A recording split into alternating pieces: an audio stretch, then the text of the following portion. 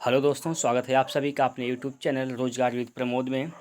जैसा कि दोस्तों आप देख रहे हैं कि प्लेटफॉर्म द्वारा प्रकाशित करंट अफेयर का प्रैक्टिस सेट नंबर 2 हम लोग आज इसमें सॉल्व करने वाले हैं।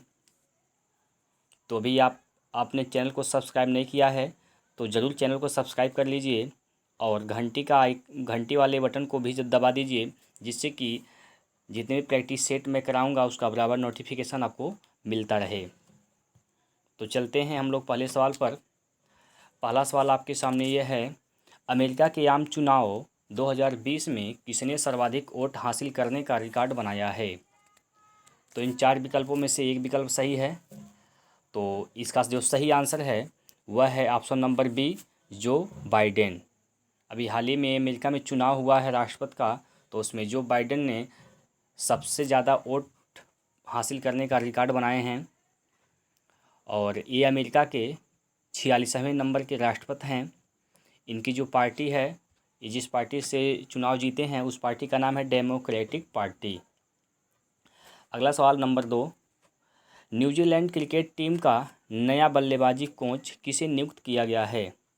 तो न्यूजीलैंड क्रिकेट टीम का जो नया बल्लेबाजी कोच बने हैं वह बने हैं ल्यूक रॉन्की। तो ऑप्शन नंबर ए इसका सही हो जाएगा। अगले सवाल पर चलते हैं। अगला सवाल नंबर 3, हाल ही में किस राज्य सरकार ने पर्यटन संजीवनी योजना की घोषणा की है? तो हाल ही में किस राज्य सरकार ने यानी पर्यटन संजीवनी योजना की घोषणा की है? तो यह पर्यटन संजीवनी योजना घोषणा की है असम सरकार ने। तो इसका सही आंसर हो जाएगा असम सरकार।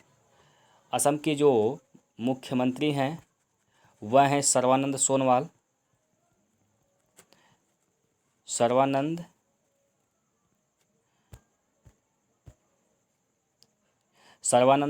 हैं। और यहाँ के इस असम की जो राज्यपाल हैं वह हैं जगदीश मुखी। असम के राज्यपाल हैं जगदीश मुखी। चलिए आगे चलते हैं अगले प्रश्न पर। अगला प्रश्न नंबर 4, किस राज्य सरकार ने लघु और सीमांत किसानों के लिए जल कल योजना की शुरुआत की है? जल कल योजना की शुरुआत किस राज्य सरकार ने की है? तो जल कल योजना की शुरुआत की है आंध्र प्रदेश सरकार ने। जल कल योजना की शुरुआत की है आंध्र प्रदेश सरकार। तो आंध्र प्रदेश के जो मुख्यमंत्री हैं वो जगन मोहन रेड्डी हैं और राज्यपाल यहाँ के विश्वभूषण हरिश्चंदन हैं। अगले सवाल पर चलते हैं। सवाल नंबर 5।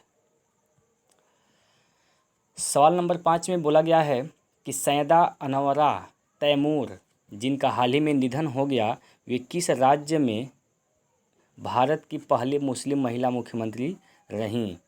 तो आपको याद रखना है कि सैयदा अनवरा तैमूर, अभी हाल ही में इनका मृत्यु हुआ है, तो ये असम राज्य की मुख्यमंत्री रही थी। अगले सवाल पे चलते हैं। अगला सवाल, किन्हें film and television institute of India यानी FTII सोसाइटी का अध्यक्ष चुना गया है? तो FTII, जिसका फुल फॉर्म है film and television institute of India, इनका जो अध्यक्ष चुना गया है वह चुने गए हैं Shekhar Kapoor. Option number D इसका सही होगा। अगले प्रश्न पर चलते हैं। सवाल नंबर 7, गृह मंत्रालय ने राष्ट्रीय जांच एजेंसी की शाखा निम्न में से कहाँ स्थापित नहीं की है? तो आपको ध्यान में रखना है नहीं की है। तो इसका जो सही आंसर हो जाएगा वह होगा कोयम्बटूर। यानी गृह मंत्रालय ने राष्ट्रीय जांच एजेंसी की शाखा रांची, इम्फाल और चेन्नई में की है, लेकिन कोयम्बटूर में स्थापित नहीं किया है। तो इसका सही आंसर हो जाएगा कोयम्बटूर। अगले सवाल पर चलते हैं। अगला सवाल आपके सामने यह है, अंतर्राष्ट्रीय मानवाधिकार संस्थान एमनेस्टी इंटरनेशनल ने हाल ही में किस देश में अपना कामकाज रोक दिया है? तो अंतर्राष्ट्रीय मानवाधिकार संस्थान एमनेस्टी इंटरनेशनल ने हाल ही में ये भारत ने अपना कामकाज रोक दिया है। तो इसका जो सही आंसर होगा वह हो जाएगा ऑप्शन नंबर बी, भारत। आपको इतना याद रखना है, ये भी याद रखिएगा कि जो एमनेस्टी इंटरनेशनल है संस्था, इसकी जो स्थापना इसका हुआ था 1961 में, और इसका जो मुख्यालय है वह है लंदन।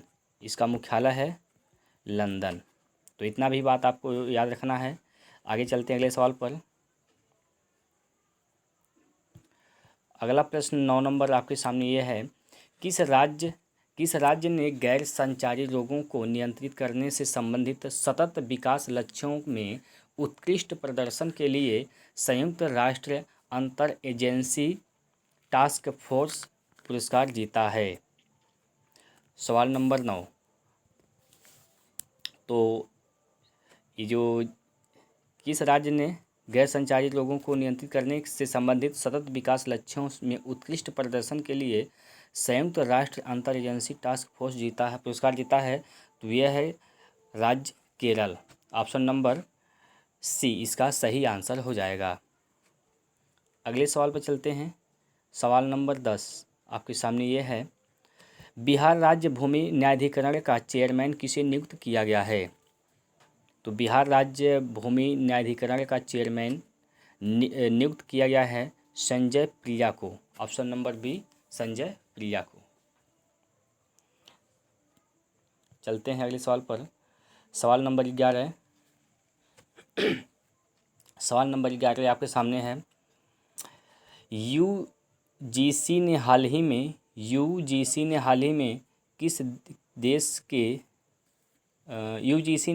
देश के कितने विश्वविद्यालयों को फर्जी घोषित किया है? तो यूजीसी ने अभी देश के 24 विश्वविद्यालयों को फर्जी घोषित किया है। यूजीसी का फुल फॉर्म होता है यूनिवर्सिटी ग्रांट्स कमीशन, यानी विश्वविद्यालय अनुदान आयोग। तो इसने अभी 24 विश्वविद्यालयों को फर्जी घोषित कर दिया है, इतना आपको याद रखना है। सवाल नंबर 12, आमू दरिया नदी बेसिन के पारिस्थितिकी तंत्र के संरक्षण हेतु किन किन देश के मध्य समझौता हुआ है? तो ये जो समझौता हुआ है यह 2 देशों के बीच हुआ है, और ये 2 देश हैं अफ़गानिस्तान और तजाकिस्तान। इन्हीं दोनों देशों के बीच आमू दरिया नदी बेसिन के पारिस्थितिकी तंत्र के संरक्षण हेतु समझौता हुआ है। तो आपको याद रखना है अफ़गानिस्तान और तजाकिस्तान। चलते हैं अगले सवाल पर। अगला सवाल आपके सामने ये है, सवाल नंबर 13, युद्ध सेवा मेडल पाने वाली पहली महिला जिसे यह पुरस्कार अक्टूबर 2020 में प्राप्त हुआ। तो युद्ध सेवा मेडल पाने वाली ये पहली महिला है, और ये महिला है मिंटी अग्रवाल। तो इसका जो सही आंसर होगा वह हो जाएगा option number C, Minti Agarwal. अगले प्रश्न पर चलते हैं। अगला प्रश्न नंबर 14, ढाका से सिलीगुड़ी तक यात्री गाड़ियों की सेवा किस तिथि से शुरू की जाएगी? कहाँ से स्टार्ट की जा रही है यात्री गाड़ी? तो ढाका से सिलीगुड़ी तक यात्री गाड़ियों की सेवा किस तिथि को शुरू की जाएगी? तो यह शुरुआत हो जाएगा 26 मार्च 2021 से। ऑप्शन नंबर ए, 26 मार्च, याद रखना है आपको, 26 मार्च 2021 से यह शुरुआत हो जाएगी। अगले प्रश्न में चलते हैं। 15 नंबर प्रश्न आपके सामने है, फोर्ब्स के सबसे प्रभावी मुख्य विपणन अधिकारी की सूची में किसे प्रथम स्थान प्राप्त हुआ? तो फोर्ब्स के सबसे प्रभावी मुख्य विपणन अधिकारी की सूची में ये जो प्रथम स्थान प्राप्त हुआ है, ये रवि संथानम को प्रथम स्थान प्राप्त हुआ है। ऑप्शन नंबर ए इसका सही हो जाएगा। अगला प्रश्न नंबर 16 कह रहा है कि स्वच्छ भारत पुरस्कार 2020 में किस तिथि को स्वच्छ भारत पुरस्कार 2020 में किस राज्य को पहला स्थान प्राप्त हुआ। तो आपको याद रखना है कि स्वच्छ भारत पुरस्कार 2020 में गुजरात राज्य को पहला स्थान प्राप्त हुआ। चलते हैं अगले प्रश्न पर। प्रश्न नंबर 17 नंबर में बोला गया है कि असमानता घटाने की प्रतिबद्धता सूचकांक 2020 में भारत का स्थान क्या है। तो असमानता घटाने की प्रतिबद्धता सूचकांक 2020 में भारत का स्थान 129 है। तो आपको याद रखना है कि असमानता घटाने की प्रतिबद्धता सूचकांक 2020 में भारत का स्थान कितना है, 129 है। अगले प्रश्न में चलते हैं। 18 नंबर प्रश्न कह रहा है कि प्रश्न नंबर 18 में बोला गया है कार्लटन चैपमैन का हाल ही में निधन हो गया, वे किस क्षेत्र से संबंधित थे। तो इनका जो क्षेत्र था वह खेल क्षेत्र से संबंधित थे और खेल में कौन सा खेल खेलते थे, तो फुटबॉल खेलते थे और इनका हाल ही में निधन हो गया और ये भारत के तरफ से खेलते थे। भारत की तरफ से फुटबॉल के खिलाड़ी थे जिनका हाल ही में निधन हो गया है, कार्लटन चैपमैन का। अगले सवाल पर चलते हैं। सवाल नंबर अगला 19 नंबर प्रश्न है। बोला गया है कि मालाबार युद्धाभ्यास में कौन सा देश शामिल नहीं है।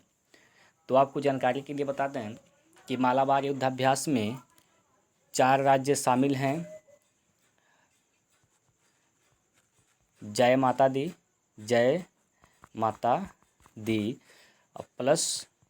दी प्लस ऑस्ट्रेलिया,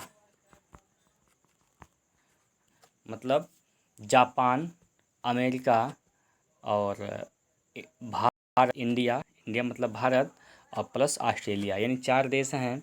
तो इसमें से जो सही आंसर हो जाएगा, कौन सा इसमें शामिल नहीं है, तो इसमें भारत शामिल है, ऑस्ट्रेलिया शामिल है, भारत शामिल है, ऑस्ट्रेलिया शामिल है, अमेरिका शामिल है, लेकिन रूस इसमें शामिल नहीं है। तो ऑप्शन नंबर डी हो जाएगा इसका सही आंसर।